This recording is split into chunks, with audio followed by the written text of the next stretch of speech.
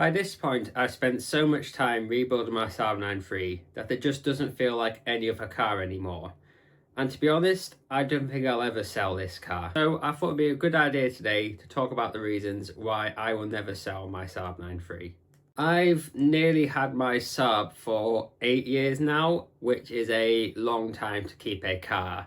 A lot of cars in the UK normally stay at their owners around sort of 3 to 4 years. So 8 years is a long time to own a car.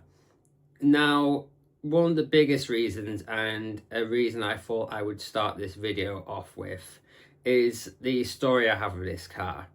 I'm not going to go into too much detail because I've explained it in the past, what happened with my Saab.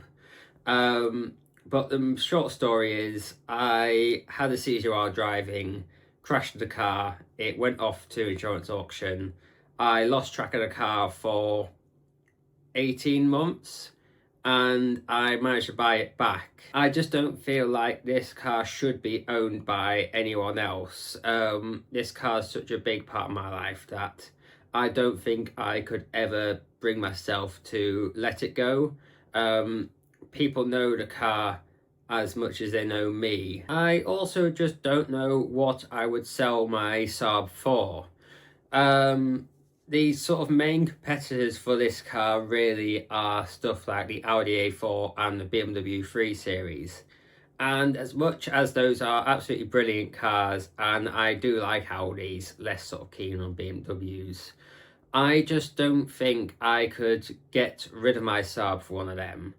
Now obviously that doesn't mean I won't ever buy another brand of car in my life. I like the idea of maybe owning a Volvo as a more daily driver and quite sort of big into my Swedish cars. But I just don't feel like it would be right to get rid of my Saab for one of them. It would have to be more of a daily driver replacement and keep this Saab as a weekend car. Now, this car, although it is appreciating the Aero V6s, because mine is crashed and it's got a category, although I think it's as good as it was before the accident and there being no structural damage, I just don't think I'd be able to sell it for a massive amount of money. Now, obviously, I think the car is priceless, but someone coming to buy the car that maybe doesn't know the past or doesn't have that connection like I do with it is going to see it as a old car from a brand that isn't around anymore with a categorized status, and I'm just not really going to get anything for it. And with a budget of probably under £5,000, I just don't think there's anything that can replace my car. I also just don't see the point in selling the Saab. It is just as good in my eyes as a brand new car. It's got the technology of a brand new car with the Apple CarPlay I fitted. It's also been super reliable in my 8 years of ownership.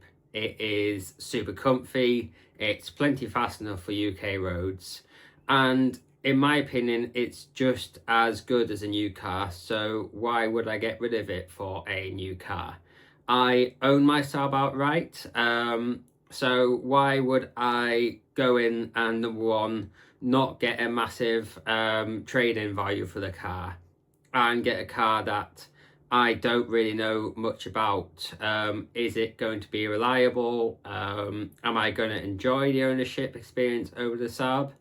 So why would I go for all that effort just to maybe want the car back anyway? Staying on the topic of brand new cars, I just feel that new cars are just too generic. They're too much the same as each other.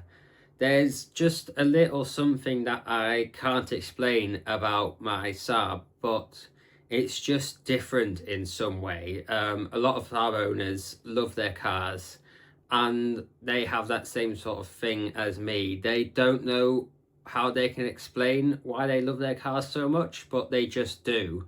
Saabs have these just great little touches here and there. The night panel, the amazing cup holders, the key in the middle. It just brings it out from everything else.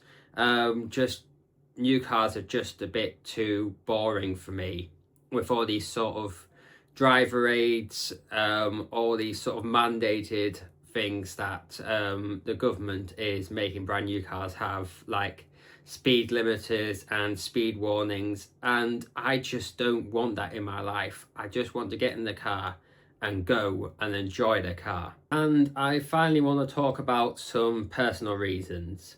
So obviously there's the accident I have and the connection I have with the car after that. But I'm now an uncle to two boys, a 3-year-old and a 1-year-old, and I want them to be able to experience what I have. Now, we don't know what's going to happen by the time that they get old enough to start driving themselves. We don't really know if there's even going to be driving. Obviously, we've got the rise of electric cars, and we're seeing more autonomous driving coming into the mainstream as well. So I want them to at least experience what I have.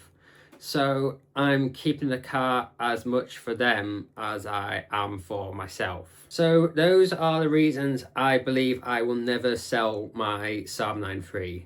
Have you got a car that you're attached to? It doesn't have to be a Saab. Let me know down below. I'd like to hear why you are so attached to your car. Please like and subscribe, and I'll see you again in the next one.